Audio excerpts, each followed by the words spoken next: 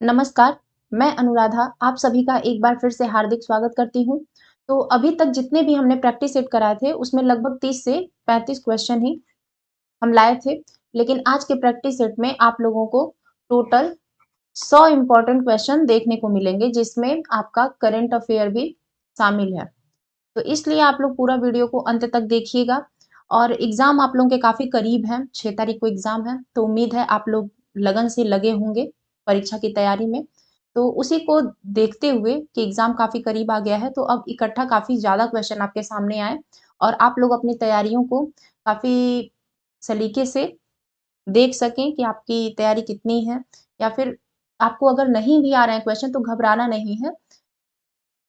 तो बस क्वेश्चन को देखते जाना है और समझते जाना है। तो देखते हैं, आप लोग ज़रूर कमेंट करके बताइएगा कि आज का कितना प्रश्न आपका सही हुआ है। ये टोटल 100 क्वेश्चन है। तो बढ़ते हैं आज के पहले प्रश्न पर। तो पहला प्रश्न है, एक ही कब्र से 3 मानव कंकाल निकले हैं। ए है सरायर नाहर राय से, बी दमदमा से, सी महदहा से, डी लंघनाज से। तो एक ही कब्र से 3 मानव कंकाल निकले हैं, तो कहाँ से? तो इसका सही आंसर होगा दमदमा से। ये आर्कियोलॉजी से रिलेटेड क्वेश्चन है, एंशिएंट हिस्ट्री का पार्ट है ये। बढ़ते हैं अगले प्रश्न पर। प्रश्न नंबर 2, निम्नलिखित में से कौन सुमेलित नहीं है? ए है हड़प्पा, दयाराम साहनी, ये इधर साइट दी हुई है, पुरातात्विक स्थल है और इधर उसके उत्खननकर्ता या फिर बोले इंग्लिश में तो एक्सकवेटर इनको बोलते हैं, उत्खननकर्ता को, कि इसकी खुदाई किसने कराई है उसके आधार पे इसको देखना है कि कौन सा सुमेलित है। बी है लोथल, एस आर राव, सी सुरकोटदा, जेपी जोशी, डी है धौलावीरा, बी के थापड़। तो हड़प्पा की खुदाई दयाराम साहनी ने कराई थी, लोथल की एस आर राव ने, सुरकोटदा जेपी जोशी सही है, धौलावीरा की बी के थापड़ ने नहीं कराई थी, बल्कि किसने कराई थी? आर एस बिस्ट ने। तो इसलिए इसका सही उत्तर होगा ऑप्शन डी, क्योंकि ये सुमेलित नहीं है। क्वेश्चन में पूछा है कि सुमेलित कौन सा नहीं है। प्रश्न नंबर 3, बुद्ध के उपदेश किससे संबंधित है? ए है आत्मा संबंधी विवाद, बी ब्रह्मचर्य, सी धार्मिक कर्मकांड, डी है आचरण की शुद्धता व पवित्रता। तो जो बुद्ध के उपदेश हैं वो किससे संबंधित हैं? तो वो है आचरण की शुद्धता व पवित्रता से। ऑप्शन डी इसका सही आंसर है। प्रश्न नंबर 4, निम्न में से कौन शाहजहां के शासनकाल का राजकवि था? ए है कलीम, बी काशी, सी कुदसी, डी मुनीर। तो शाहजहां के शासनकाल का राजकवि कौन था? तो वो थे कलीम। ऑप्शन ए इसका सही उत्तर होगा। ये ईरानी फारसी पद्य शैली के कवि थे। अगर मान लीजिए कभी पूछ दे कि किस शैली के कवि थे, तो ईरानी फारसी पद्य शैली के कवि थे कलीम। इनका एक और नाम था अबू तालिब के भी नाम से इनको जाना जाता है। मान लीजिए यहाँ दे दिया है कलीम, मान लीजिए अभी अबू तालिब दिया होता तो भी यही होते, तो सेम ही उत्तर होता। तो इसको भी आप लोग याद करिएगा, कलीम या फिर अबू तालिब सेम इन्हीं को कहा जाता है और ये शाहजहां के शासनकाल के राजकवि थे। प्रश्न नंबर 5, वर्ष 1920 में लाहौर से लाला लाजपत राय द्वारा उर्दू का कौन सा समाचार पत्र प्रारंभ किया गया था? ए है वंदे मातरम, बी पीपुल, सी ट्रिब्यून, डी है वीर अर्जुन। तो वर्ष 1920 में लाहौर से लाला लाजपत राय द्वारा उर्दू का कौन सा समाचार पत्र प्रारंभ किया गया? तो वो किया गया वंदे मातरम। वंदे मातरम जो समाचार पत्र था वो उर्दू का था। बाकी ये जो पीपुल है, द पीपुल करके, ये एक साप्ताहिक अंग्रेजी पत्रिका थी। अगर साप्ताहिक अंग्रेजी पत्रिका थी द पीपुल, ये भी निकाली गई थी अंग्रेजी में, बाकी उर्दू में वंदे मातरम। तो इसका सही आंसर है ऑप्शन ए। प्रश्न नंबर 6, निम्नलिखित में से किस अधिनियम में कलकत्ता में सर्वोच्च न्यायालय की स्थापना का प्रावधान किया गया था? ए है रेगुलेटिंग एक्ट 1773, बी पिट का भारत अधिनियम 1784, सी है चार्टर एक्ट 1813, डी है चार्टर एक्ट 1833। तो इस क्वेश्चन को तो लगभग जो मेरे पॉलिटी के कुछ वीडियोस मैंने डाले हुए थे शॉर्ट नोट्स टाइप के, उनको जो देखा होगा उन्हें पता होगा। उसमें काफी अच्छे से हमने कवर करने की कोशिश भी की थी कुछ-कुछ टॉपिक्स पे। तो इसका सही आंसर है ऑप्शन ए, रेगुलेटिंग एक्ट 1773 के तहत कलकत्ता में सर्वोच्च न्यायालय की स्थापना का प्रावधान किया गया था। और इसके सबसे पहले मुख्य न्यायाधीश कौन थे? कलकत्ता में जो सर्वोच्च न्यायालय बना था, उसके पहले मुख्य न्यायाधीश कौन थे? तो Sir Elijah Impey. Sir Elijah Impey इसके पहले मुख्य न्यायाधीश थे। बढ़ते हैं अगले प्रश्न पर। प्रश्न नंबर 7, भारतीय संविधान का कौन सा भाग अंतर्राष्ट्रीय शांति और सुरक्षा के प्रति राज्य के उत्तरदायित्व का उल्लेख करता है? ए है मौलिक अधिकार, बी है मौलिक कर्तव्य, सी राज्य की नीति के निदेशक तत्व, डी है संविधान की प्रस्तावना। यहाँ पूछा है भारतीय संविधान का कौन सा भाग अंतर्राष्ट्रीय शांति और सुरक्षा के प्रति राज्य के उत्तरदायित्व का उल्लेख करता है। तो इसका सही उत्तर होगा ऑप्शन सी, राज्य के नीति निदेशक तत्व।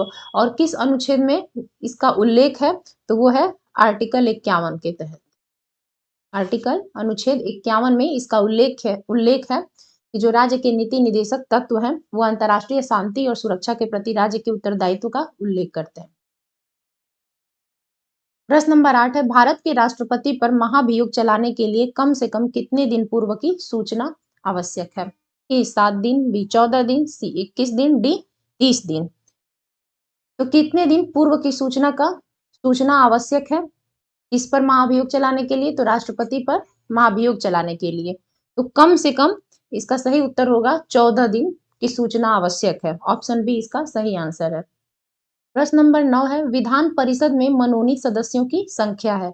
ए कुल सदस्य संख्या की 1/3, बी कुल सदस्य संख्या की 1/4, सी कुल सदस्य संख्या की 1/6, डी है उपर्युक्त में से कोई नहीं। तो विधान परिषद में मनोनीत सदस्यों की संख्या है, ये किसके द्वारा मनोनीत किए जाते हैं? तो राज्यपाल द्वारा। एक चीज ऐड कर लेते हैं क्वेश्चन में कि राज्यपाल द्वारा, विधान परिषद में राज्यपाल द्वारा मनोनीत सदस्यों की संख्या है तो कुल सदस्य संख्या की 1/6। ऑप्शन सी इसका सही उत्तर हो जाएगा कि अगर 6 सदस्य हैं तो उसमें से एक जो रहेगा वो राज्यपाल द्वारा मनोनीत होगा। प्रश्न नंबर 10, निम्न में से कौन सा एक संवैधानिक संशोधन मौलिक कर्तव्यों से संबंधित है? ए है 42वां, बी 44वां, सी 46वां, डी 50वां। ये अभी जितने भी क्वेश्चन पॉलिटी के आपके आ रहे हैं इसको हमने कराए हुए हैं किसी न किसी माध्यम से, कूट के माध्यम से या फिर काफी डिटेल में भी मैंने बताया था। तो जो पुराने वीडियोस देखे हैं उनको पता होगा, तो इसलिए अपनी तैयारी को आप लोग थोड़ा आंकिएगा। तो इसका सही उत्तर है एक संवैधानिक संशोधन मौलिक कर्तव्यों से संबंधित है तो वो है 42वां संविधान संशोधन जो है वो मौलिक कर्तव्यों से रिलेटेड है। बाकी मौलिक कर्तव्यों का जो समावेश है 42वीं संवैधानिक संशोधन अधिनियम द्वारा 1976 में स्वर्ण सिंह समिति द्वारा, ये किसके द्वारा ऐड किया गया? तो स्वर्ण सिंह समिति की सिफारिश पर इसको ऐड किया गया मौलिक कर्तव्यों को। और किस संविधान संशोधन द्वारा? तो 42वें संविधान संशोधन द्वारा। ऑप्शन ए इसका सही आंसर है। प्रश्न नंबर 11, निम्नलिखित में से कौन सा भारतीय राज्य कर्क रेखा के उत्तर में स्थित है? ए है झारखंड, बी मणिपुर, सी मिजोरम, डी त्रिपुरा। तो यहाँ दिया हुआ है कि कौन सा भारतीय राज्य कर्क रेखा के उत्तर में स्थित है। ये नहीं पूछा है कि किस राज्य से होकर कर्क रेखा गुजरती है। अब यहाँ से ये ध्यान देने योग्य बात है कि अब देखिए क्वेश्चन का पैटर्न कैसे चेंज किया हुआ है कि यहाँ डायरेक्ट पहले पूछता था एग्जाम में कि किन किन राज्यों से होकर कर्क रेखा गुजरती है, लेकिन यहाँ पूछा है कि कर्क रेखा के उत्तर में कौन सा स्थित है, कौन सा राज्य। तो बाकी नीचे आपके दिए गए झारखंड, मणिपुर, मिजोरम, त्रिपुरा। तो पहली बात कि आपका जो झारखंड है उससे तो कर्क रेखा होकर गुजरती है, मिजोरम से भी गुजरती है और त्रिपुरा से भी होकर गुजरती है। किससे नहीं गुजरती है? तो वो है मणिपुर। बाकी मणिपुर के ही उत्तर में ये मणिपुर जो है वो कर्क रेखा के उत्तर में स्थित है। कौन सा राज्य? तो वो है मणिपुर। ऑप्शन बी जो है इसका सही आंसर है। प्रश्न नंबर 12, निम्नलिखित युग्मों में से कौन सा सुमेलित नहीं है? ए है सौरमंडल का सबसे बड़ा ग्रह बृहस्पति, बी सौरमंडल का सबसे छोटा ग्रह मंगल, सौरमंडल का सर्वाधिक चमकीला ग्रह शुक्र है और सौरमंडल का सबसे दूर स्थित ग्रह वरुण। तो सौरमंडल का सबसे बड़ा ग्रह बृहस्पति सही है, सौरमंडल का सर्वाधिक चमकीला ग्रह शुक्र ये भी सही है, सौरमंडल का सबसे दूर स्थित ग्रह वरुण ये भी सही है। बाकी सबसे छोटा ग्रह मंगल दिया हुआ है, तो नहीं भाई मंगल नहीं है, बल्कि ये बुध जो है वो सबसे छोटा ग्रह है। तो ऑप्शन बी इसका सही आंसर होगा। प्रश्न नंबर 13, सूची 1 को सूची 2 से सुमेलित कीजिए तथा नीचे दिए गए कूट से सही उत्तर चुनिए। एक है महासागर, दूसरा सबसे गहरे स्थान। तो किस महासागर में सबसे जो गहरा स्थान है कौन सा है उसके आधार पे इसको मैच करना है। तो ए दिया है प्रशांत महासागर, बी है अटलांटिक महासागर, सी हिंद महासागर, डी आर्कटिक महासागर। तो कौन सा होगा इसका आप लोग कमेंट बॉक्स में जरूर बताइए कि क्या होगा। पहला प्रशांत महासागर का मेरियाना ट्रेंच, हमने एक दो बार बताया भी है आप लोगों को। उसके बाद अटलांटिक महासागर प्यूर्टो रिको ट्रेंच, ये इसका सबसे गहरा स्थान है। बाकी हिंद महासागर का क्या होगा, तो जावा ट्रेंच जो है वो हिंद महासागर में है, आर्कटिक महासागर यूरेशियन बेसिन में। इसके आधार पर इसका सही उत्तर क्या होगा, ऑप्शन बी 3 4 1 2। प्रश्न नंबर 14, ये भी मैच दी फॉलोइंग से ही है। सूची 1 को सूची 2 से सुमेलित कीजिए और नीचे दिए गए कूट से सही उत्तर चुनिए। एक में है खनिज, दूसरा है उत्पादक देश। कौन सा खनिज का कौन सा उत्पादक देश है उसके आधार पे देखना है हमें। तो ए है चांदी, बी अभ्रक, सी लौह अयस्क, डी है तांबा। तो चांदी का उत्पादक देश कौन सा है, तो ये है मैक्सिको, अभ्रक भारत, लौह अयस्क ऑस्ट्रेलिया, तांबा है चिली। तो इसके आधार पे इसका सही आंसर होगा 3 4 2 1, ऑप्शन ए इसका सही आंसर है। तो आप लोग बताइए अभी तक आप लोगों के टोटल 14 में से कितने क्वेश्चन सही हुए, आप लोग कमेंट करिए। प्रश्न नंबर 15, निम्नलिखित में से कौन सा सुमेलित नहीं है। आप लोग एक चीज ध्यान दे रहे होंगे कि कौन सा सुमेलित नहीं है कि क्वेश्चन ज्यादा आ रहे हैं, तो ये बदलते हुए पैटर्न के आधार पे है। तो इसलिए आप लोग एग्जाम जब भी दीजिएगा तो काफी ध्यान से क्वेश्चन को पढ़िएगा, घबराहट में कभी मत दीजिएगा, नहीं तो आता हुआ क्वेश्चन आप लोग गलत करके आ जाएंगे। ए नॉट जहाज के चाल की माप, बी है नॉटिकल मील नौ संचालन में प्रयुक्त दूरी की इकाई, सी एंगस्ट्रॉम प्रकाश के तरंग दैर्घ्य की इकाई, डी है प्रकाश वर्ष समय मापन की इकाई। तो नॉट जो है वो जहाज के चाल की माप होती है, ये सही है। नॉटिकल मील जो होती है वो नौ संचालन में प्रयुक्त दूरी की इकाई है, ये भी सही है। एंगस्ट्रॉम प्रकाश के तरंग दैर्घ्य की इकाई है, ये भी सही है। लेकिन ऑप्शन डी जो है प्रकाश वर्ष वो समय मापन की इकाई है, आप लोगों को पता है नहीं, ये बल्कि समय की नहीं, ये दूरी मापन की इकाई है प्रकाश वर्ष। आप लोग याद रखिएगा, कभी कभी वन लाइनर में भी पूछता है। तो ऑप्शन डी इसका सही उत्तर होगा क्योंकि ये सुमेलित नहीं है। प्रश्न नंबर 16, टेलीविजन के दूरस्थ नियंत्रण के लिए किस प्रकार के विद्युत चुंबकीय विकिरण का उपयोग किया जाता है। ए है अवरक्त, बी पराबैंगनी, सी दृश्य, डी है उपर्युक्त में से कोई नहीं। तो टेलीविजन के दूरस्थ नियंत्रण के लिए किस प्रकार के विद्युत चुंबकीय विकिरण का उपयोग किया जाता है, तो वो है ऑप्शन ए अवरक्त प्रकार के। प्रश्न नंबर 17, निम्नलिखित में से कौन सा सुमेलित नहीं है। ए है अलवणीकरण समुद्री जल, बी प्रतिलोम परासरण पेयजल, सी है विकृतीकरण प्रोटीन, डी है पौष्टिकरण चाय। तो कौन सा सुमेलित नहीं है, तो सबसे पहले तो देखते हैं कि कौन कौन सा सुमेलित है। तो अलवणीकरण समुद्री जल ये तो सही है, प्रतिलोम परासरण पेयजल सही है, विकृतीकरण प्रोटीन ये भी सही है।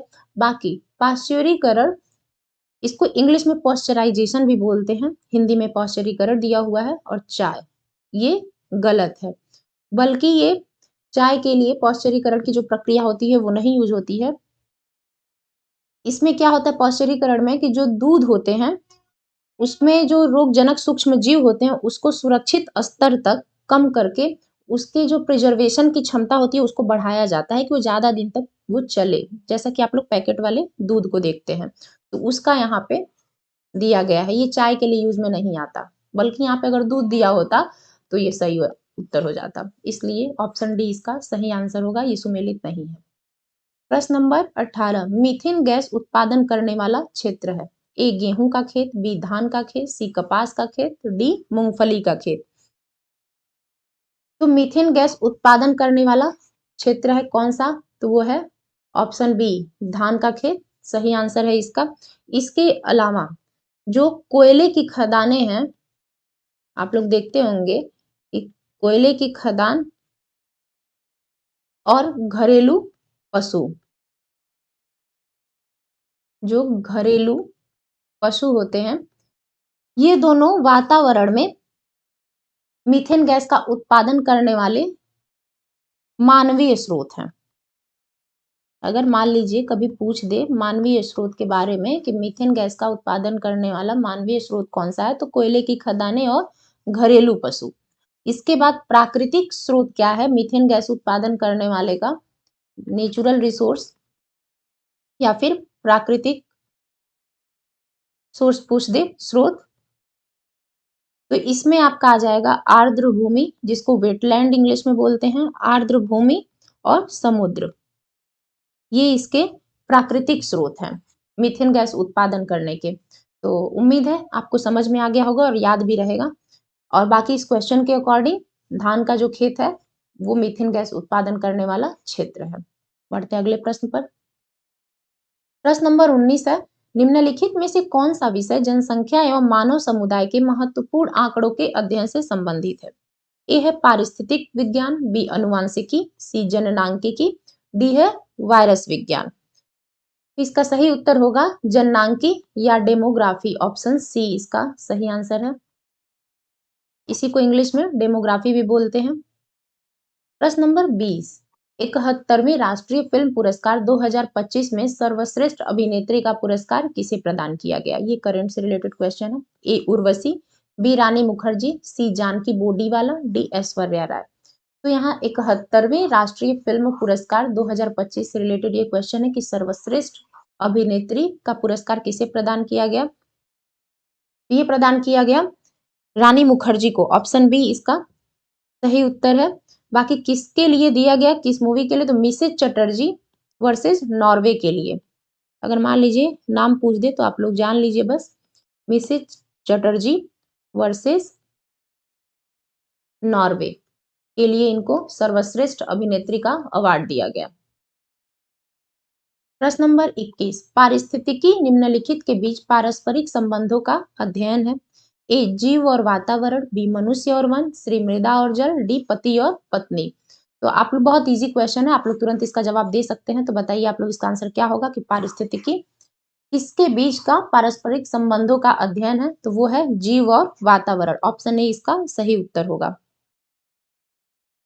प्रश्न नंबर 22 है, ग्रीन हाउस प्रभाव की संकल्पना की थी। इसको भी हमने बताया है अपने पिछले प्रैक्टिस सेट वगैरह में, जो देखे होंगे पूरा वीडियो उन्हें पता होगा। ए सीसी पार्क ने, बी JNN जेफर्स ने, सी है जोसेफ फोरियर ने, डी एल जॉबलर ने।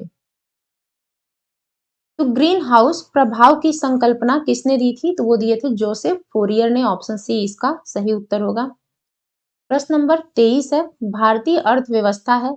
ए मिश्रित अर्थव्यवस्था, बी समाजवादी अर्थव्यवस्था, सी पूंजीवादी अर्थव्यवस्था, डी है गांधीवादी समाजवादी अर्थव्यवस्था। तो भारतीय अर्थव्यवस्था क्या है, तो ये भी काफी इजी क्वेश्चन है, तो वो है मिश्रित अर्थव्यवस्था, ऑप्शन ए इसका सही उत्तर है। तो 24वां प्रश्न कौन सा है, किसान दिवस मनाया जाता है। किसान दिवस कब मनाया जाता है, ए 23 अक्टूबर, बी 23 नवंबर, सी 23 दिसंबर, डी है 23 सितंबर। तो ये मनाया जाता है किसान दिवस 23 दिसंबर को, इसी महीने में, आपको पता होगा, ऑप्शन सी इसका सही उत्तर होगा। क्यों मनाया जाता है, ये पूर्व प्रधानमंत्री चौधरी चरण सिंह के जन्म दिवस पर मनाया जाता है। चौधरी चरण सिंह के जन्म दिवस पर किसान दिवस मनाया जाता है 23 दिसंबर को। प्रश्न नंबर 25 है, बेगम समरू ने एक अति प्रसिद्ध चर्च का निर्माण करवाया। ए है माउंट आबू में, बी नैनीताल में, सी सरधना में, डी कानपुर में। तो कहाँ निर्माण कराया इन्होंने चर्च का, तो सरधना में। ये कहाँ पड़ता है, ये यूपी के मेरठ डिस्ट्रिक्ट में पड़ता है सरधना। वहीं बेगम समरू ने प्रसिद्ध चर्च का निर्माण करवाया था। प्रश्न नंबर 26 है, भारत कला भवन संग्रहालय अवस्थित है? ए इलाहाबाद में, बी लखनऊ, सी मथुरा, डी वाराणसी में। भारत कला भवन जो लोग बीएचयू से पढ़े होंगे वो लोग जानते होंगे, या फिर कोई लोग घूमने बनारस गए होंगे तो हो सकता है कि इंटरेस्टेड हो संग्रहालय वगैरह घूमने में, तो वो लोग जरूर गए होंगे। तो ये बनारस में है, ऑप्शन डी बीएचयू कैंपस के अंदर में है।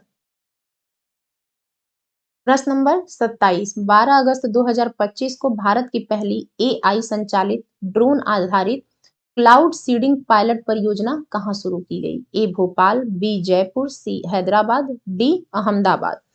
तो ये परियोजना शुरू की गई जयपुर, ऑप्शन बी इसका सही उत्तर होगा। 12 अगस्त 2025 को भारत की पहली एआई संचालित ड्रोन आधारित क्लाउड सीडिंग पायलट परियोजना कहाँ शुरू की गई? तो वो की गई जयपुर में। प्रश्न नंबर 28 है, जुलाई 2025 में रक्षा अनुसंधान एवं विकास संगठन डीआरडीओ द्वारा प्रलय मिसाइल का सफल उड़ान परीक्षण कहाँ किया गया? ए है श्रीहरिकोटा आंध्र प्रदेश, बी चांदीपुर उड़ीसा, सी ए डॉक्टर एपीजे अब्दुल कलाम द्वीप उड़ीसा, डी है पोखरण राजस्थान। तो जुलाई 2025 में रक्षा अनुसंधान एवं विकास संगठन डीआरडीओ द्वारा प्रलय मिसाइल का सफल उड़ान परीक्षण कहाँ किया गया? तो वो किया गया डॉक्टर एपीजे अब्दुल कलाम द्वीप उड़ीसा, ऑप्शन सी इसका सही उत्तर होगा। 29 है, खाद्यान्नों की कृषि सर्वप्रथम प्रारंभ की हुई थी? ए है नवपाषाण काल में, बी मध्य पाषाण काल में, सी पूरा पाषाण काल में, डी है प्रोटो ऐतिहासिक काल में। तो खाद्यान्नों की कृषि सर्वप्रथम प्रारंभ हुई थी कब? तो ये नवपाषाण काल में, ऑप्शन ए इसका सही उत्तर होगा।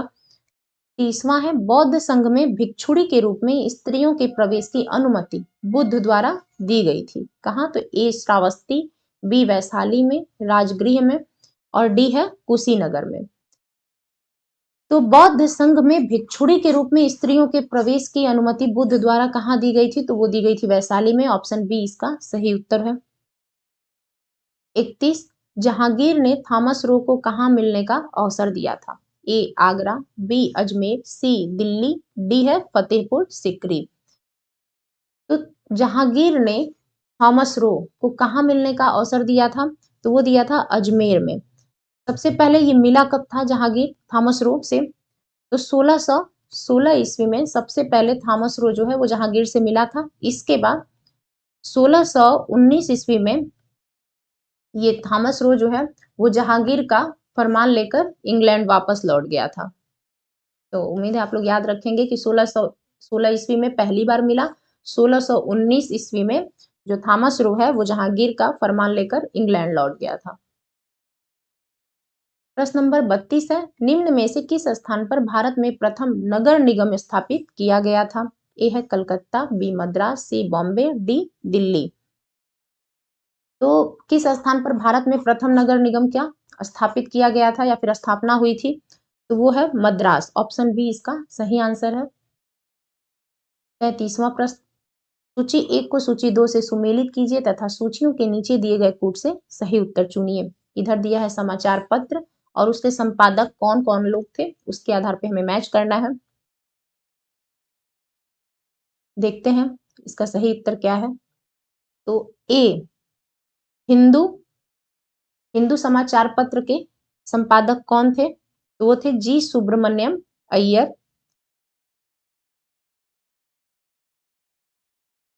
बी सुधारक, सुधारक के कौन थे? तो वो हैं Gopal Ganesh Agarkar. Voice of India Behram ji Malabari, और बंगाली के कौन थे? तो एस एन बैनर्जी। तो इसके आधार पे सही उत्तर क्या होगा आप लोग बताइए। ऑप्शन डी इसका सही आंसर है, 3214। प्रश्न नंबर 34 है, एक संघीय व्यवस्था और केंद्र में द्वैध शासन भारत में लागू किया गया था? ए 1909 के अधिनियम द्वारा, बी 1919 के अधिनियम द्वारा, सी 1935 के अधिनियम द्वारा, उपर्युक्त में से कोई नहीं। तो एक संघीय व्यवस्था और केंद्र में द्वैध शासन व्यवस्था भारत में लागू किया गया था किस अधिनियम के द्वारा? तो इसका सही उत्तर है 1935 अधिनियम के द्वारा, ऑप्शन सी। 35 है, भारतीय संविधान ने प्रारंभ में किस अवधि के लिए सभी सरकारी उद्देश्यों हेतु अंग्रेजी भाषा के उपयोग के लिए अनुमति प्रदान की थी? ए है 10 वर्ष, बी 20 वर्ष, सी 5 वर्ष, डी है 15 वर्ष। तो भारतीय संविधान ने प्रारंभ में किस अवधि के लिए सभी सरकारी उद्देश्यों हेतु अंग्रेजी भाषा के उपयोग के लिए अनुमति प्रदान की थी? तो कितने अवधि के लिए? तो 15 वर्ष के लिए। ऑप्शन डी इसका सही उत्तर होगा। 36 प्रश्न है, 36 नंबर। किसी राज्य में नगर पालिका का सीमा क्षेत्र अधिसूचित करने के लिए निम्नलिखित में से कौन सक्षम है? ए है भारत का राष्ट्रपति, बी संबंधित राज्य का राज्यपाल, सी है संबंधित राज्य का मुख्यमंत्री, डी है राज्य विधान मंडल। तो किसी राज्य में नगर पालिका का सीमा क्षेत्र अधिसूचित करने के लिए निम्नलिखित में से कौन सक्षम है? तो वो है संबंधित राज्य का राज्यपाल। ऑप्शन बी इसका सही उत्तर होगा। और किस भाग और अनुच्छेद को देख लेते हैं किसके तहत? तो भाग 9 क के तहत, भाग 9 क के तहत और अनुच्छेद या फिर आर्टिकल 243 तो घ के तहत। तो उम्मीद है कि अगर कभी मान लीजिए आप लोगों से पूछा तो आप लोग याद रखेंगे कि किसी भी राज्य में नगर पालिका का जो सीमा क्षेत्र अधिसूचित करने के लिए सक्षम होता है तो वो उस राज्य से संबंधित राज्य के राज्यपाल होते हैं। और इसका उल्लेख किस भाग में है? तो भाग 9 के क में। और किस अनुच्छेद में है? तो अनुच्छेद 243 त घ के तहत। 37 नंबर प्रश्न है, अंतरराष्ट्रीय न्यायालय का मुख्यालय कहाँ है? तो A Hague, B New York, C Geneva, D Paris. ये तो काफी फेवरेट क्वेश्चन है यूपी लोक सेवा आयोग के अधिकांश एग्जाम में हमने देखा है कि पूछते रहता है। तो इसका अंतरराष्ट्रीय न्यायालय का मुख्यालय कहाँ है? तो हेग में है। और ये हेग कहाँ पड़ता है? तो आप लोगों में से कई लोगों को पता होगा कि नीदरलैंड में हेग पड़ता है। बढ़ते हैं अगले प्रश्न पर। प्रश्न नंबर 38 है, भारत में सुनामी वार्निंग सेंटर अवस्थित है? ए चेन्नई में, बी विशाखापट्टनम में, सी हैदराबाद में, डी पोर्ट ब्लेयर में। तो सुनामी वार्निंग सेंटर कहाँ है भारत में? तो वो है हैदराबाद में। ऑप्शन सी इसका सही आंसर है। 39 निम्नलिखित में से किस एक को भोर का तारा के नाम से जाना जाता है? ए बुध, बी शुक्र, सी मंगल, डी है शनि। भोर का तारा किसको जाना जाता है? किस ग्रह को भोर के तारा के नाम से? तो इसका सही उत्तर होगा शुक्र ग्रह को भोर के तारा के नाम से भी जानते हैं। और इसके अलावा सांझ का भी तारा इसी को कहा जाता है, शुक्र ग्रह को। भोर का तारा, सांझ का तारा, ये दोनों तारा कौन है? ये शुक्र ग्रह को कहा जाता है। 40वां प्रश्न, संयुक्त राज्य अमेरिका तथा मेक्सिको के बीच सीमा पर स्थित नदी है? ए मिसिसिपी नदी, बी है पराना, सी रियो ग्रांडे, डी है अमेजन। तो संयुक्त राज्य अमेरिका यूएसए तथा मेक्सिको के बीच सीमा पर स्थित नदी है, कौन सी नदी है? तो वो है रियो ग्रांडे। ऑप्शन सी इसका सही उत्तर है। 41वां प्रश्न, निम्नलिखित में से कौन सा सुमेलित नहीं है? ए है ओसाका वस्त्र उद्योग, बी योकोहामा पोत निर्माण, सी है पिट्सबर्ग लोहा तथा इस्पात, डी है ह्यूस्टन ऑटोमोबाइल। तो ओसाका जो है वो वस्त्र उद्योग के लिए फेमस है, सही है। योकोहामा पोत निर्माण होता है, सही है। पिट्सबर्ग लोहा तथा इस्पात के लिए, ये भी सही है। बाकी ह्यूस्टन जो है वो ऑटोमोबाइल के लिए, तो नहीं, ये गलत है। ह्यूस्टन ऑटोमोबाइल के लिए नहीं बल्कि तेल और प्राकृतिक गैस के लिए जाना जाता है। प्राकृतिक गैस या फिर नेचुरल गैस बोले बात बराबर ही है। तो तेल एवं प्राकृतिक गैस के लिए ह्यूस्टन जाना जाता है, इसलिए इसका सही उत्तर होगा ऑप्शन डी, ये सुमेलित नहीं है। 42 महासागर में डूबी हुई वस्तुओं की स्थिति जानने के लिए निम्न में से किस यंत्र का प्रयोग किया जाता है? ए है ऑडियोमीटर, बी गैल्वेनोमीटर, सी सेक्सटेंट, डी है सोनार। तो इसका सही उत्तर होगा ऑप्शन डी सोनार। सोनार का एक फुल फॉर्म भी होता है साउंड नेविगेशन एंड रैंगिंग। उम्मीद है आप लोग याद रखेंगे कि सोनार का फुल फॉर्म क्या है, साउंड नेविगेशन एंड रैंगिंग। इसका जो यूज होता है वो नौ संचालकों द्वारा किया जाता है, जो लोग बोट चलाते हैं उनके द्वारा इसका यूज होता है सोनार का। और महासागर में डूबी हुई वस्तुओं की स्थिति जानने के लिए सोनार का यूज किया जाता है। प्रश्न नंबर 43, किस स्तर डेसिबल से अधिक की ध्वनि हानिकारक ध्वनि प्रदूषक कहलाती है? मतलब कि ध्वनि प्रदूषण का कारण बनती है। ए 30 डेसिबल, बी 100 डेसिबल, सी है 80 डेसिबल, डी है 120 डेसिबल। तो इसका सही आंसर क्या होगा? ऑप्शन सी 80 डेसिबल की जो ध्वनि है, इससे अधिक की ध्वनि 80 डेसिबल या इससे अधिक की जो ध्वनि होती है वो हानिकारक ध्वनि प्रदूषक कहलाती है। 44वां प्रश्न कूट से आ गया। कथन ए है, नमक और बर्फ के मिश्रण से 0 डिग्री सेल्सियस से नीचे का तापमान प्राप्त होता है। कारण आर, नमक बर्फ के हिमांक को बढ़ा देता है। कूट देखते हैं।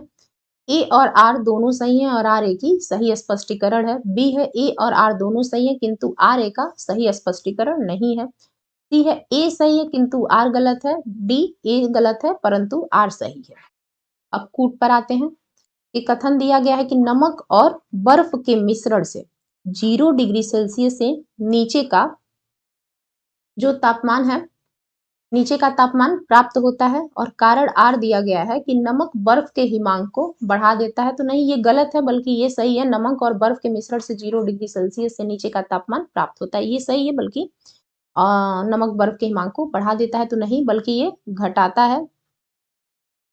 अगर किसी भी 0 डिग्री सेल्सियस का कोई भी बर्फ है, बर्फ तो जमा रहेगा और उस पर अगर नमक गिराएंगे तो वो क्या करेगा कि जो 0 डिग्री सेल्सियस से बर्फ के हिमांक को घटाकर -22 डिग्री सेल्सियस तक पहुंचा देता है। तो बल्कि हिमांक जो है वो बढ़ता नहीं है, वो घटता है। कि बर्फ पे अगर नमक गिरेगा तो वो 0 डिग्री सेल्सियस से डायरेक्ट ले आकर -22 डिग्री सेल्सियस पे कर देता है। इसलिए इसका सही उत्तर होगा कि ये सही है, आर गलत है। ऑप्शन सी इसका सही आंसर है। 45, नाइट्रोजन स्थिरीकरण जीवाणु किस पौधे की जड़ के साथ संयोजन करते हैं? ए दालें, बी चावल, सी गेहूं, डी है गन्ना। नाइट्रोजन स्थिरीकरण ये एक इंपॉर्टेंट टॉपिक है, किसी भी एग्जाम में काफी एक आध क्वेश्चन आ जाते हैं लगभग इससे। तो नाइट्रोजन स्थिरीकरण जीवाणु किस पौधे की जड़ के साथ संयोजन करते हैं? तो वो करते हैं दालों के साथ। जो दालों की जड़ें होती हैं उनके साथ इनका संयोजन होता है। ऑप्शन से इसका सही उत्तर है। 46, निम्न में से किस फल में लौह प्रचुर मात्रा में पाया जाता है? ए है जामुन, बी करौंदा, सी लोका, डी है अमरूद। तो इनमें से किस फल में प्रचुर मात्रा में आयरन या लौह पाया जाता है? तो वो है करौंदा में, ऑप्शन बी। बाकी करौंदा में आयरन के साथ साथ विटामिन सी भी भरपूर मात्रा में पाई जाती है। तो इसको आप लोग याद कर लीजिएगा कि करौंदा में आयरन ही नहीं, आयरन के साथ साथ विटामिन सी भी प्रचुर मात्रा में होती है। प्रश्न नंबर 47, इकोसिस्टम के संबंध में निम्न में से क्या सत्य है? ए है, प्राथमिक उपभोक्ता उत्पादक पर न्यूनतम रूप से आश्रित है। बी, प्राथमिक उपभोक्ता उत्पादकों से संख्या में अधिक होते हैं। सी, उत्पादक प्राथमिक उपभोक्ता से अधिक है। डी है, द्वितीयक उपभोक्ता अधिकतम होने के साथ साथ बहुत ही शक्तिशाली है। तो इकोसिस्टम से रिलेटेड क्वेश्चन पूछा हुआ है। तो इसके बारे में पूछा कि क्या सही है? तो प्राथमिक उपभोक्ता उत्पादक पर न्यूनतम रूप से आश्रित होते हैं, गलत है। प्राथमिक उपभोक्ता उत्पादकों से संख्या में अधिक होते हैं, ये भी गलत है। उत्पादक प्राथमिक उपभोक्ता से अधिक है, तो ये सही है। द्वितीयक उपभोक्ता और अधिकतम होने के साथ साथ बहुत ही शक्तिशाली है, तो गलत है। ऑप्शन सी इसका सही उत्तर होगा। 48वां प्रश्न है, पर्यावरण में ग्रीन हाउस इफेक्ट या ग्रीन हाउस प्रभाव में वृद्धि होती है। ए, कार्बन मोनोऑक्साइड के कारण, बी, कार्बन डाइऑक्साइड के कारण, सी है ऑक्सीजन के कारण, डी है उपर्युक्त में से कोई नहीं। तो पर्यावरण में ग्रीन हाउस प्रभाव में वृद्धि होती है किसके कारण? तो वो है कार्बन डाइऑक्साइड के कारण या फिर CO2 के कारण। ऑप्शन बी इसका सही उत्तर होगा। तो अगला प्रश्न है, यदि एक दी हुई समयावधि में कीमतें तथा मौद्रिक आय दोनों दोगुनी हो जाए तो वास्तविक आय क्या होगी? ए, दोगुनी हो जाएगी, बी, आधी रह जाएगी, अपरिवर्तित रहेगी, डी, कीमतें वास्तविक आय को प्रभावित नहीं करती हैं। तो यहाँ क्वेश्चन क्या है इसको समझने की कोशिश करते हैं। यदि एक दी हुई समयावधि में कीमतें तथा मौद्रिक आय दोनों दोगुनी हो जाए तो वास्तविक आय क्या होगी? तो वो क्या होगी कि अपरिवर्तित रहेगी। ऑप्शन सी इसका सही उत्तर होगा। क्यों? क्योंकि जो बढ़ी हुई कीमतें होती हैं वो मौद्रिक आय के प्रति, जो मौद्रिक आय होगा उसको संतुलित कर देंगी, क्योंकि यहाँ देख रहे हैं कि एक दी हुई समयावधि में कीमतें और मौद्रिक आय दोनों दोगुनी हो जाए। यहाँ बढ़ाने की बात कर रहा है, तो जो कीमत है वो बढ़ेगी तो मौद्रिक आय जो है उसके प्रति इसको संतुलित कर देगी। इस वजह से वास्तविक आय पर बहुत विशेष कोई प्रभाव नहीं पड़ेगा, तो वो अपरिवर्तित ही रहेगी। ऑप्शन सी इसका सही उत्तर है। उम्मीद है आपको समझ में आया होगा। प्रश्न नंबर 50, यह विचार कि भविष्य में भारतीय नियोजन में वस्तुओं से अधिक ध्यान व्यक्तियों पर देना चाहिए व्यक्त किया गया था। ये किसके द्वारा कहा गया था, किसका विचार है कि भविष्य में भारतीय नियोजन में वस्तुओं से अधिक ध्यान व्यक्तियों पर देना चाहिए? तो अमर्त्य सेन द्वारा, यशवंत सिन्हा द्वारा, अटल बिहारी वाजपेयी द्वारा, डी है मनमोहन सिंह द्वारा। तो ये कहा गया था अमर्त्य सेन द्वारा, ये विचार व्यक्त किया गया था। ऑप्शन ए इसका सही उत्तर है। 51, आगरा स्थित दयाल बाग संबंधित है एक कबीर पंथ से, नाथ संप्रदाय से, रामानुज संप्रदाय से, राधा स्वामी पंथ से। तो आगरा में जो दयाल बाग है वो किससे रिलेटेड है? तो वो है राधा स्वामी पंथ से रिलेटेड। ऑप्शन डी इसका सही उत्तर है। 52, चुनारगढ़ में अनूप वेदिका है जिनकी, वे हैं। तो चुनारगढ़ में जिसकी अनूप वेदिका है वे कौन है? आदि शंकराचार्य, बी भर्तृहरि, सी चैतन्य, डी है रामानंद। तो वो है भर्तृहरि। ऑप्शन बी इसका सही उत्तर है। बढ़ते अगले प्रश्न पर। 53वां प्रश्न है हमारा आज का, भारत का पहला एआई संचालित जनजातीय भाषा अनुवाद प्लेटफॉर्म जिसका बीटा संस्करण सितंबर 2025 को लॉन्च किया गया का क्या नाम है? ए है आदि भारत जनजातीय भाषा सेतु, आदिवाड़ी, डी जनजातीय अनुवादक। ये रिपीटेड क्वेश्चन है, हमने इसको इसके पिछले भी वीडियोस में बताए हुए हैं कि भारत का जो पहला एआई संचालित जनजातीय भाषा अनुवाद प्लेटफॉर्म जिसका बीटा संस्करण सितंबर 2025 को लॉन्च किया गया उसका नाम है आदिवाड़ी। ऑप्शन सी इसका सही उत्तर होगा। प्रश्न नंबर 54, बैडमिंटन BWF विश्व चैंपियनशिप 2025 में पुरुष एकल का खिताब किसने जीता? ए है कुनलावुत विदित सर सीयूकी, सी है अकाने यामागुची, डी है चेन यू फेई।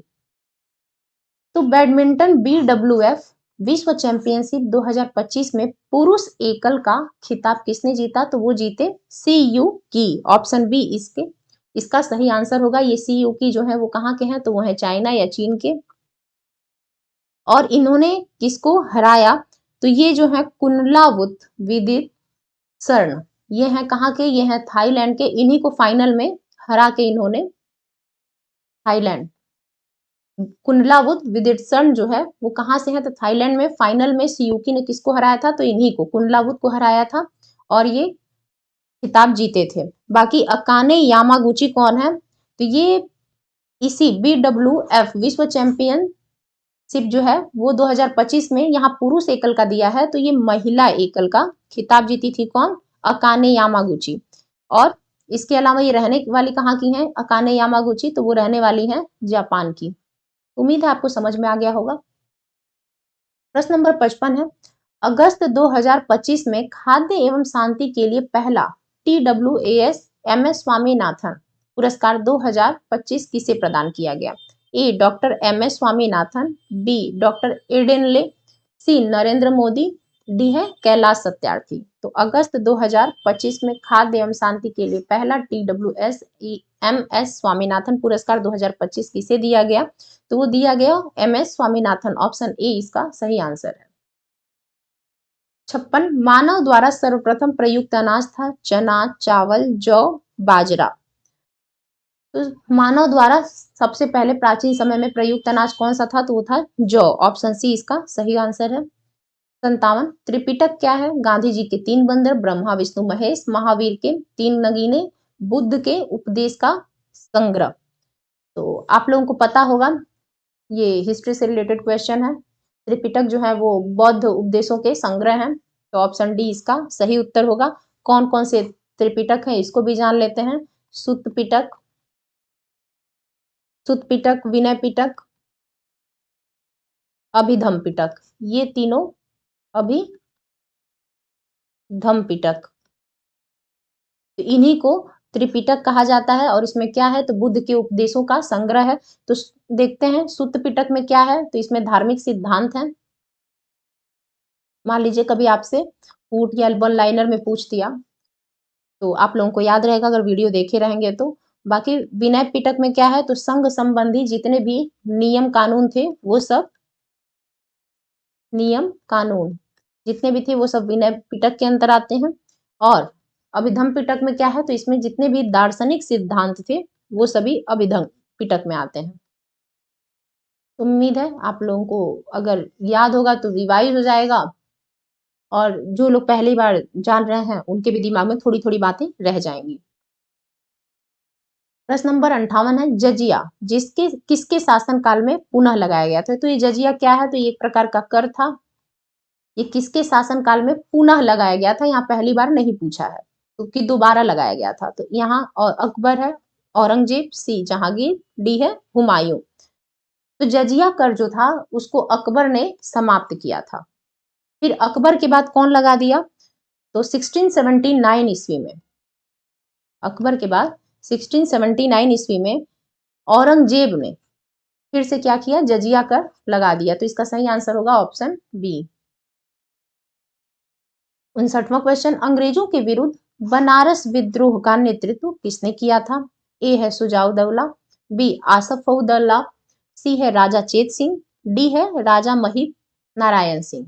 तो बनारस विद्रोह का नेतृत्व किसने किया था अंग्रेजों के खिलाफ, तो वो किए थे राजा चेत सिंह। ऑप्शन सी इसका सही उत्तर होगा। चेत सिंह नाम का एक घाट भी है, चेत सिंह महल भी है। जो लोग बनारस घूमे होंगे उनको पता होगा, जो नहीं गए वो जरूर जाके एक बार देखे, बहुत अच्छा है। और कब ये हुआ था बनारस विद्रोह तो 1781 ईस्वी में। और उस समय जो तत्कालीन गवर्नर जनरल थे वो कौन था तो वो था वॉरेन हेस्टिंग। अंग्रेजों की तरफ से गवर्नर जनरल वॉरेन हेस्टिंग्स था। और इसका खिलाफ में कौन थे बनारस विद्रोह में तो राजा चेत सिंह थे। कब ये हुआ था 1781 ईस्वी में। और वॉरेन हेस्टिंग्स जो थे ये भाग कर कहाँ गए थे उस समय, तो ये गए थे चुनार के किले में। ये जाके चुनार के किले में अपनी शरण लिए थे बनारस से भागकर। प्रश्न नंबर 60 है सूची 1 को सूची 2 से सुमेलित कीजिए तथा सूचियों के नीचे दिए गए कूट का प्रयोग करते हुए सही उत्तर का चयन कीजिए। सूची 1 है समाचार पत्र, सूची 2 प्रारंभ करने वाला व्यक्ति। तो कौन सा समाचार पत्र को कौन प्रारंभ किया था इसके आधार पे इधर समाचार पत्र कौन कौन से बॉम्बे क्रॉनिकल है, कॉमनवेल्थ, लीडर, सर्चलाइट। तो बॉम्बे क्रॉनिकल को प्रारंभ करने वाला कौन था तो वो फिरोज शाह मेहता द्वारा बॉम्बे क्रॉनिकल शुरू किया गया था। कॉमनवेल्थ ये थी एनी बेसेंट। इनका आप लोग बता सकते हैं कि एनी बेसेंट का कॉमनवेल्थ के अलावा एक और भी बहुत फेमस समाचार पत्र था। कौन सा था तो वो था न्यू इंडिया। जो न्यू इंडिया समाचार पत्र है वो भी एनी बेसेंट द्वारा ही शुरू किया गया था। ये भी खूब पूछता है एग्जाम में, इसलिए आप लोगों को बता दिए, इंपॉर्टेंट है। और लीडर लीडर जो है वो मदन मोहन मालवीय द्वारा और सर्चलाइट सच्चिदानंद सिन्हा द्वारा। तो इसका सही आंसर क्या होगा ऑप्शन सी 3124। चलते हैं अगले प्रश्न पर। 61 है लोक लेखा समिति की रिपोर्ट प्रस्तुत की जाती है लोकसभा में, राष्ट्रपति कार्यालय में, वित्त मंत्रालय में, प्रधानमंत्री कार्यालय में। तो लोक लेखा समिति इसको भी हमने कई बार बताया है कि रिपोर्ट प्रस्तुत की जाती है कहाँ तो लोकसभा में। ऑप्शन ए इसका सही उत्तर होगा। लोकसभा के कितने सदस्य उसमें होते हैं 15 और राज्यसभा के 7 सदस्य इसमें होते हैं। कुल लोक लेखा समिति में टोटल 22 मेंबर होते हैं। उम्मीद है आपको समझ आया होगा कि इसमें 22 जो मेंबर हैं टोटल लोक लेखा समिति में उसमें से कितने कहां से हैं तो लोकसभा के 15 होते हैं, राज्यसभा के 7 सदस्य होते हैं। अगला प्रश्न है केंद्र एवं राज्य के बीच वित्तीय फिस्कल विवादों के निपटारे हेतु मुख्य एजेंसी है सर्वोच्च न्यायालय, न्याय मंत्री, वित्त मंत्री, वित्त आयोग। तो यहाँ देखिए दिया है कि केंद्र एवं राज्य के बीच वित्तीय विवादों के निपटारे हेतु मुख्य एजेंसी है तो वो है सर्वोच्च न्यायालय। ऑप्शन ए इसका सही उत्तर है। 63 पंचायती राज से संबंधित निम्नलिखित कथनों में से कौन सा सही नहीं है। ध्यान दीजिए यहाँ कि पूछा कि कौन सा कथन सही नहीं है। ए है पंचायत व्यवस्था भारतीय ग्रामीण जीवन का युगों से एक अभिन्न अंग रही है। बी है 73वां संशोधन 15 अगस्त 1993 से प्रभावी हुआ।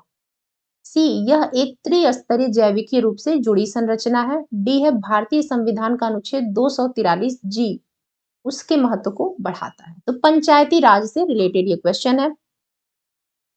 पंचायत व्यवस्था भारतीय ग्रामीण जीवन का युगों से एक अभिन्न अंग रही है, सही है।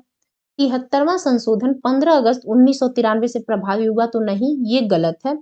जो 73वां संशोधन था ये 24 अप्रैल 1993 से प्रभावी हुआ, तो इसलिए ये गलत है।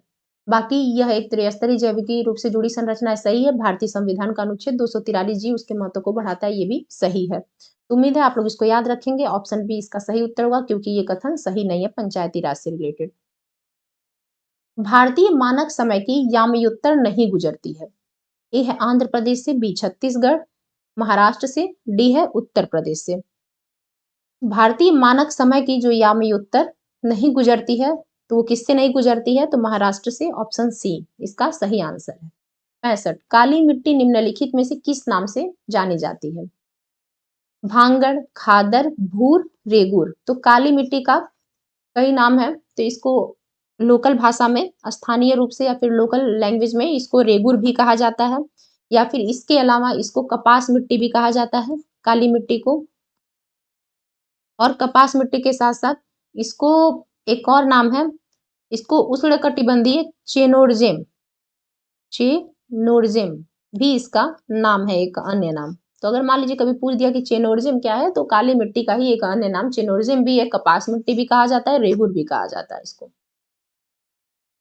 66वां निम्नलिखित युग्मों में से कौन एक सुमेलित नहीं है? Belgrade, Danube. इधर ये नदियां हैं, ये नदियां कहाँ हैं, किस देश में या फिर किस देश के शहर में, उसके आधार पे हमें लगाना है। लिस्बन, टाइबर नदी, वर्सा, विस्चुला, डी है वॉशिंगटन, पोटोमेक। तो डेन्यूब नदी जो है वो बेलग्रेड में, ये तो सही है।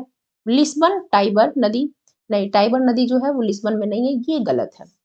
बाकी वार्सा, विस्चुला सही है, वॉशिंगटन, पोटोमेक ये भी सही है। तो टाइबर नदी कहाँ है? टाइबर नदी जो है वो इटली में है। ये इटली के रोम में बहती है, रोम से होकर गुजरती है ये, और ये इटली की तीसरी सबसे लंबी नदी है, याद रखिएगा आप लोग। प्रश्न नंबर 67 निम्नलिखित में से कौन सा फूट लूज उद्योग का एक उदाहरण है? तेल शोधन, चीनी, सॉफ्टवेयर, एल्यूमिनियम। फूट लूज, फूट लूज का हिंदी अर्थ क्या है? तो इसका हिंदी अर्थ है स्थान स्वतंत्र उद्योग। स्थान स्वतंत्र उद्योग इसका हिंदी अर्थ है फूट लूज का। और इसके अलावा इसका एक उदाहरण कौन कौन सा है? तो सॉफ्टवेयर, ऑप्शन सी इसका सही उत्तर होगा। और इसका सबसे अच्छा उदाहरण जो है वो सॉफ्टवेयर के साथ साथ एक हीरा भी है, जो हीरा उद्योग होता है और सॉफ्टवेयर उद्योग, ये दोनों इसके सबसे बेस्ट एग्जाम्पल है। 68 वायुमंडलीय दाब को मापने में यंत्र का उपयोग किया जाता है? Hydrometer, barometer, manometer, hygrometer. वायुमंडलीय दाब को मापने में जिस यंत्र का उपयोग होता है वो कौन सा है? तो वो है बैरोमीटर, ऑप्शन बी। अगला प्रश्न है बिजली के बल्ब का तंतु बना होता है? मैग्नीशियम का, लोहे का, नाइक्रोम का, टंगस्टन का। तो जो बिजली का बल्ब होता है उसमें जो ऐसे करके बल्ब में लगा होता है वो तंतु किस चीज का बना होता है? तो वो है टंगस्टन का, ऑप्शन डी इसका सही उत्तर होगा। प्रश्न नंबर 17 जो 70वां हमारा प्रश्न है हवाई जहाज के ब्लैक बॉक्स का क्या रंग होता है? यहाँ तो डायरेक्ट आप देख रहे हैं कि ब्लैक बॉक्स मतलब बॉक्स को ब्लैक ऑलरेडी लिखा हुआ है, तो कई लोग अगर मान लीजिए ऑप्शन में दे दिया है काला तो आप लोग काला ही लगा देंगे। तो बड़े सतर्क रहना इस क्वेश्चन से कि ब्लैक ब्लैक बॉक्स का क्या रंग होता है? तो काला, बैगनी, लाल, नारंगी। तो हवाई जहाज का जो ब्लैक बॉक्स होता है उसका रंग जो होता है वो नारंगी होता है, ऑरेंज। सिर्फ नाम पे नहीं चले जाना है कि ब्लैक दिया हुआ है तो ब्लैक हो सकता है, नहीं, उसका रंग जो है ऑरेंज होता है। अभी ये काफी चर्चा में भी था जब एक दुर्घटना हुई थी हमारे देश में हवाई जहाज वाली, उसमें ब्लैक बॉक्स से आप लोग देखे होंगे कि पायलट की आवाजें इसमें रिकॉर्ड होती हैं, पूरा ऑडियो। तो ये एक ऑडियो रिकॉर्डिंग डिवाइस है ब्लैक बॉक्स जो है। अगर मान लीजिए कभी पूछे तो ये ऑडियो रिकॉर्डिंग डिवाइस होती है, जिसमें अगर मान लीजिए कोई भी दुर्घटना होता है तो वो जो पायलट होते हैं उस समय की उनकी आवाज रिकॉर्ड हो जाती है। और इसका जो रंग होता है ऑरेंज। और ऑरेंज क्यों इसका रंग है? क्योंकि किसी भी दुर्घटना के बाद इसको ढूंढने में इजी हो, इसलिए इसका रंग ऑरेंज रखा गया है। अगला प्रश्न है, एक बायोगैस संयंत्र में निम्न में से कौन सी प्रक्रिया होती है? किण्वन, अपचयन, हाइड्रोजनीकरण, बहुलकीकरण। तो बायोगैस संयंत्र में कौन सी प्रक्रिया होती है? तो वो है किण्वन। ऑप्शन ए इसका सही उत्तर होगा। वृद्धावस्था एवं काल प्रभावन के विषय में ज्ञान प्राप्त करने की विधा को कहते हैं ऑन्कोलॉजी, जेरेंटोलॉजी, सी है टेरेंटोलॉजी, डी है ऑर्निथोलॉजी। तो वृद्धावस्था एवं काल प्रभावन के विषय में ज्ञान प्राप्त करने की जो विधा है उसको क्या कहते हैं? तो उसको जेरेंटोलॉजी कहते हैं। ऑप्शन बी इसका सही उत्तर होगा।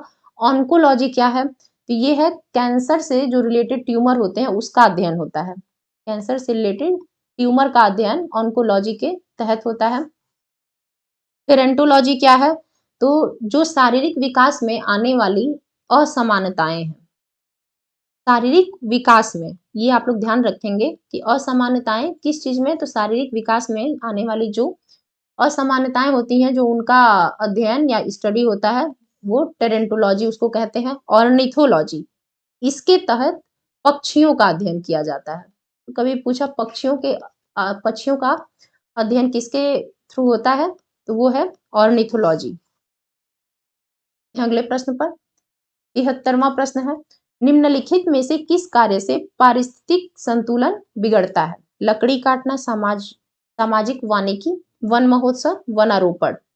ये बहुत इजी क्वेश्चन है, आप लोगों को पता चल गया होगा कि पारिस्थितिकी संतुलन बिगड़ता है किसकी वजह से? तो वो है डिफॉरेस्टेशन या फिर लकड़ी काटने। ऑप्शन ए इसका सही आंसर होगा। 74वां प्रश्न है, वैश्विक उष्मन उत्सर्जन के कारण होता है? नाइट्रोजन के, कार्बन डाइऑक्साइड के, कार्बन मोनोऑक्साइड के, डी है हाइड्रोकार्बन से। वैश्विक उष्मन उत्सर्जन के कारण क्या होता है? किसके कारण? तो इसका सही उत्तर होगा कार्बन डाइऑक्साइड के। ऑप्शन बी, जिसको CO2 भी बोलते हैं। प्रश्न नंबर 75, निम्न ग्रीन हाउस गैसों में से ऐसी कौन है जिसके द्वारा ट्रोपोस्फियर में ओजोन प्रदूषण नहीं होता है? ए है मीथेन, बी कार्बन मोनोऑक्साइड, सी है नाइट्रोजन ऑक्साइड, नाइट्रस ऑक्साइड, और डी है जल वाष्प। तो इसके अलावा आप निम्न ग्रीन हाउस गैसों में से ऐसी कौन है जिसके द्वारा ट्रोपोस्फियर में ओजोन प्रदूषण नहीं होता है? तो इसका सही उत्तर होगा कार्बन मोनोऑक्साइड। Option B. 76वां प्रश्न है, किसी देश की आर्थिक वृद्धि की सर्वाधिक उपयुक्त माप है? ए है सकल घरेलू उत्पाद, बी शुद्ध घरेलू उत्पाद, सी है शुद्ध राष्ट्रीय उत्पाद, डी है प्रति व्यक्ति उत्पाद। तो किसी भी देश की आर्थिक वृद्धि की सर्वाधिक उपयुक्त माप है, तो इसका सही उत्तर होगा प्रति व्यक्ति उत्पाद। Option D. 77, संसाधनों के उपयोग तथा भविष्य के लिए उनकी संरक्षण की आवश्यकता को संतुलित करने को हम क्या कहते हैं? ए है खपत में कमी करना, भविष्य के संसाधन, सी है संसाधन संरक्षण, डी है सतत विकास। संसाधनों के उपयोग तथा भविष्य के लिए उनके संरक्षण की आवश्यकता को संतुलित करने को हम क्या कहते हैं? तो इसको हम कहते हैं सस्टेनेबल डेवलपमेंट या फिर सतत विकास। ऑप्शन डी इसका सही उत्तर होगा। निम्नांकित में से कौन भारत में सहकारी कृषि के विचार का समर्थक नहीं था? जवाहरलाल नेहरू ये तो थे, लाल बहादुर शास्त्री ये भी थे, चौधरी चरण सिंह ये नहीं थे, बाकी अबुल कलाम आजाद ये थे। इसलिए इसका सही उत्तर होगा ऑप्शन सी, क्योंकि पूछा है कि सहकारी कृषि के विचार का समर्थक नहीं था, तो चौधरी चरण सिंह नहीं थे। ऑप्शन सी इसका सही उत्तर होगा, बाकी तीनों थे। 79, उत्तर प्रदेश राज्य औद्योगिक विकास प्राधिकरण स्थापित है कानपुर में, लखनऊ में, आगरा में, नोएडा में। तो ये कहाँ है उत्तर प्रदेश राज्य औद्योगिक विकास प्राधिकरण? तो ये है कानपुर में। ऑप्शन ए इसका सही उत्तर होगा। 80, रोजगार की दृष्टि से उत्तर प्रदेश का सबसे बड़ा उद्योग है? MSME टेक्सटाइल, सूती वस्त्र उद्योग, चीनी उद्योग, सीमेंट उद्योग। तो ये है रोजगार की दृष्टि से उत्तर प्रदेश का सबसे बड़ा उद्योग है तो वो है एमएसएमई टेक्सटाइल।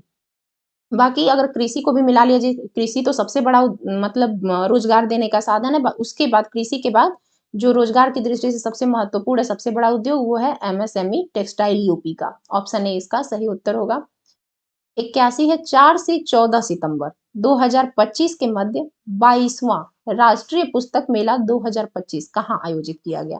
तो सबसे पहले तो यहाँ से डेटिंग भी देख लेते हैं। मान लीजिए एग्जाम में पूछा डेटिंग, तो 4 से 14 सितंबर मतलब कि 10 दिन का ये राष्ट्रीय पुस्तक मेला 2025 चौथा राष्ट्रीय पुस्तक मेला था, तो 22वां कहाँ आयोजित किया गया, तो नई दिल्ली, लखनऊ, इंदौर, पटना।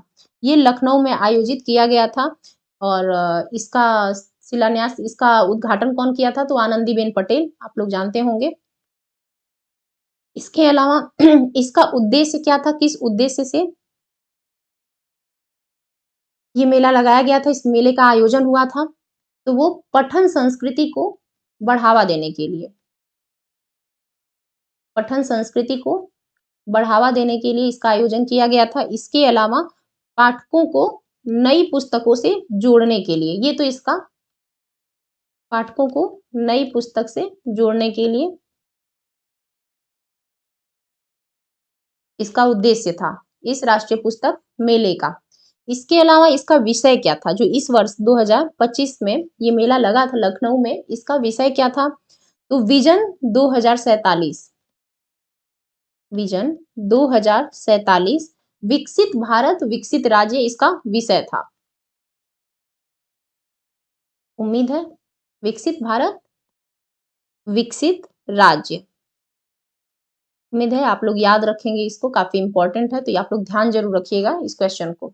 हमने इस पे काफी डीप में बात की कि इसका उद्देश्य भी हमने बताया, इसका विषय भी। बाकी ये मेला कहाँ लगा था ये भी हमने बताया, तो आप लोग ये सब चीजें नोट कर लीजिएगा या फिर दिमाग में रख लीजिएगा, क्योंकि करंट से रिलेटेड है, पूछ सकता है एग्जाम में। 82 17वीं विश्व वुशु चैंपियनशिप में भारत ने कितने पदक जीते। ए है 3, बी 4, सी 5, डी है 6। तो 17वीं विश्व वुशु चैंपियनशिप में भारत ने कितने पदक जीते, तो वो 4 पदक जीते थे। उसमें से कौन कौन से पदक, तो 3 रजत या फिर सिल्वर और 1 जो है वो कांस्य या ब्रॉन्ज पदक जीता था भारत। अगले प्रश्न पर चलते हैं। 18 अगस्त 2025 में जयपुर में आयोजित मिस यूनिवर्स इंडिया 2025 प्रतियोगिता का खिताब किसने जीता। तान्या शर्मा, मनिका विश्वकर्मा, मेहक ढींगरा, अमीसी कौशिक। ये जो जयपुर में आयोजित हुआ था मिस यूनिवर्स इंडिया 2025 का प्रतियोगिता, ये कब हुआ था, 18 अगस्त 2025 को। डेट यहां से ध्यान रखेंगे।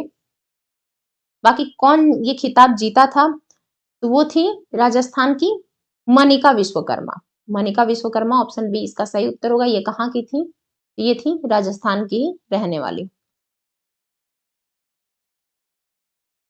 84 प्रश्न पे आते हैं।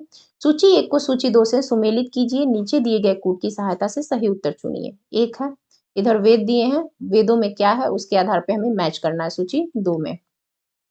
ऋग्वेद, यजुर्वेद, सामवेद, अथर्ववेद। ऋग्वेद में क्या है, इसमें है श्रोत एवं प्रार्थनाएं। यजुर्वेद में श्रोत एवं कर्मकांड।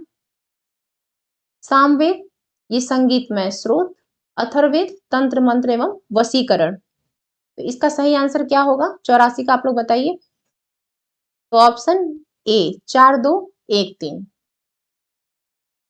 बौद्ध धर्म में त्रिरत्न का क्या अभिप्राय है। त्रिपिटक, बुद्ध धम्म संघ, सी सील समाधि संघ, डी है सत्य अहिंसा करुणा।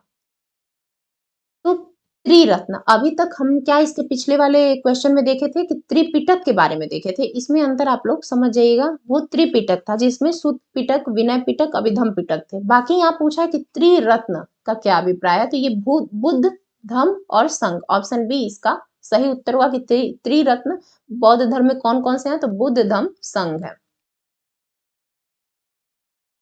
86 है प्रसिद्ध तानसेन का मकबरा स्थित है आगरा में, ग्वालियर में, झांसी में, जयपुर में। तो ये है प्रसिद्ध तानसेन का मकबरा ग्वालियर में स्थित है, ऑप्शन बी इसका सही उत्तर होगा। और इनका मूल नाम क्या था तानसेन का, तो वो था रामतनु पांडे। अगर कभी तानसेन का मूल नाम पूछा तो आप लोग तुरंत बता सकते हैं कि रामतनु पांडे तानसेन का मूल नाम था। कलकत्ता में एशियाटिक सोसाइटी की स्थापना के समय बंगाल का गवर्नर जनरल कौन था? Lord Cornwallis, Lord Warren Hastings, Lord Wellesley और लॉर्ड बेंटिंग। तो कलकत्ता में एशियाटिक सोसाइटी की स्थापना के समय बंगाल का गवर्नर जनरल कौन था? तो वो थे Warren Hastings, Lord Warren Hastings. Option B इसका सही उत्तर होगा। बाकी इसकी स्थापना कब हुई थी आप लोग कमेंट बॉक्स में बताइए। इसकी स्थापना हुई थी एशियाटिक सोसाइटी की 15 जनवरी 1784 को। हमने कई बार वीडियो में आपने बताया हुआ है। प्रश्न नंबर 88 है, निम्नलिखित में से किसे भारतीय अशांति के जनक के रूप में जाना जाता है? ए.ओ. ह्यूम, दादा भाई नौरोजी, लोकमान्य तिलक, महात्मा गांधी को। तो किसे भारतीय अशांति के जनक के रूप में जाना जाता है? तो वो लोकमान्य तिलक, बाल गंगाधर तिलक, एक ही है। ऑप्शन सी इसका सही उत्तर होगा। इनको भारतीय अशांति के जनक के रूप में जाना जाता है। इनको कौन कहा था भारतीय अशांति का जनक? तो वेलेंटाइन सिरोल ने। वेलेंटाइन सिरोल ने, सिरोल ये र है, वेलेंटाइन सिरोल ने लोकमान्य तिलक को भारतीय अशांति का जनक कहा था। भारतीय संविधान के अनुच्छेद 25 में प्रयुक्त हिंदू शब्द किसे सम्मिलित नहीं करता? बौद्धों को करता है, जैनों को भी करता है, पारसियों को नहीं करता है, सिखों को करता है।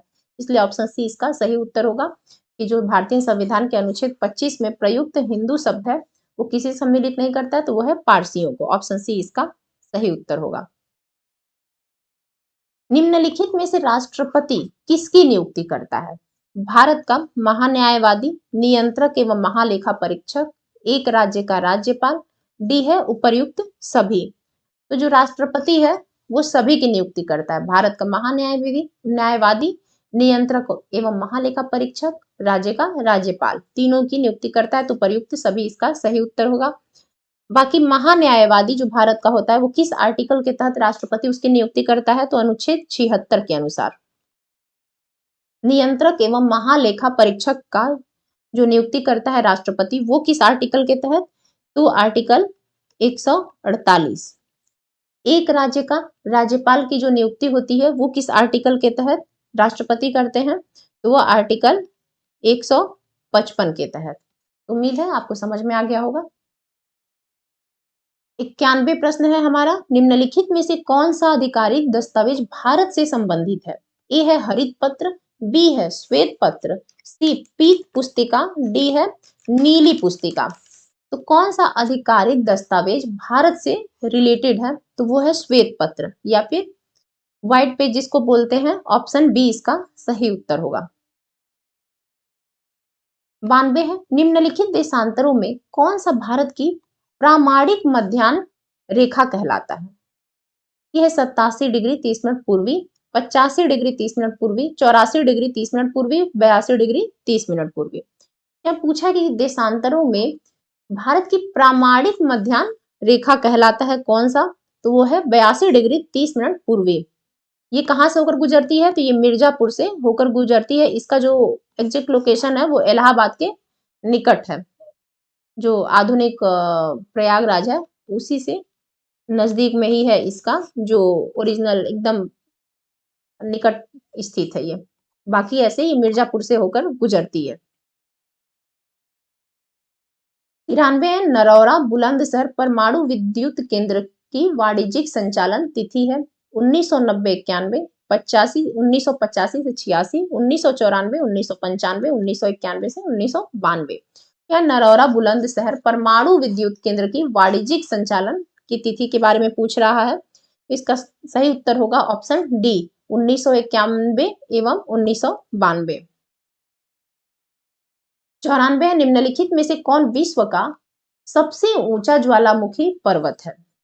Mount Pinatubo, mount Kilimanjaro, mount ताल, माउंट कोटोपैक्सी। तो विश्व का सबसे ऊंचा ज्वालामुखी पर्वत है कौन सा? तो वो है माउंट कोटोपैक्सी। ऑप्शन डी इसका सही उत्तर है।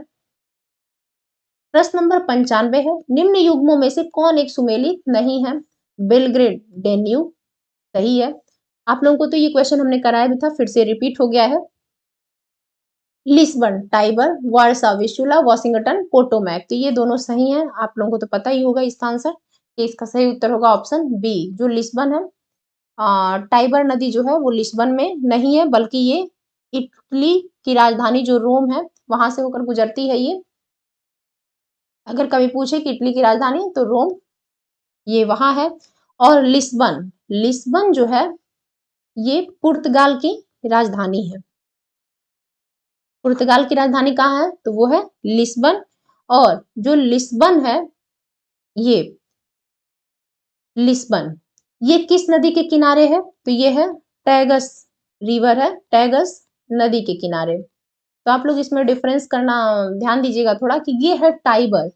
अब ये टाइबर नदी जो है वो इटली के रोम में है, और ये इटली की तीसरी सबसे लंबी नदी है। कौन सी? तो टाइबर नदी। और यहाँ देखिए जो लिस्बन है वो टैगस नदी के किनारे है। तो इन दोनों में डिफरेंस आप लोग ध्यान दीजिएगा। 96 भूकंप के परिमाण का मापन किया जाता है? रिएक्टर पैमाने पर, बी केल्विन पैमाने पर, डेसिबल में, पास्कल में। तो भूकंप के परिमाण का मापन किया जाता है तो वो रिएक्टर पैमाने पर। 97 विद्युत ऊर्जा को यांत्रिक ऊर्जा में बदलने वाली युक्ति है? डायनेमो, ट्रांसफार्मर, विद्युत मोटर, इंडक्टर। तो विद्युत ऊर्जा को यांत्रिक ऊर्जा में बदलने वाली युक्ति कौन सी है? तो वो है विद्युत मोटर। ऑप्शन सी इसका सही आंसर है।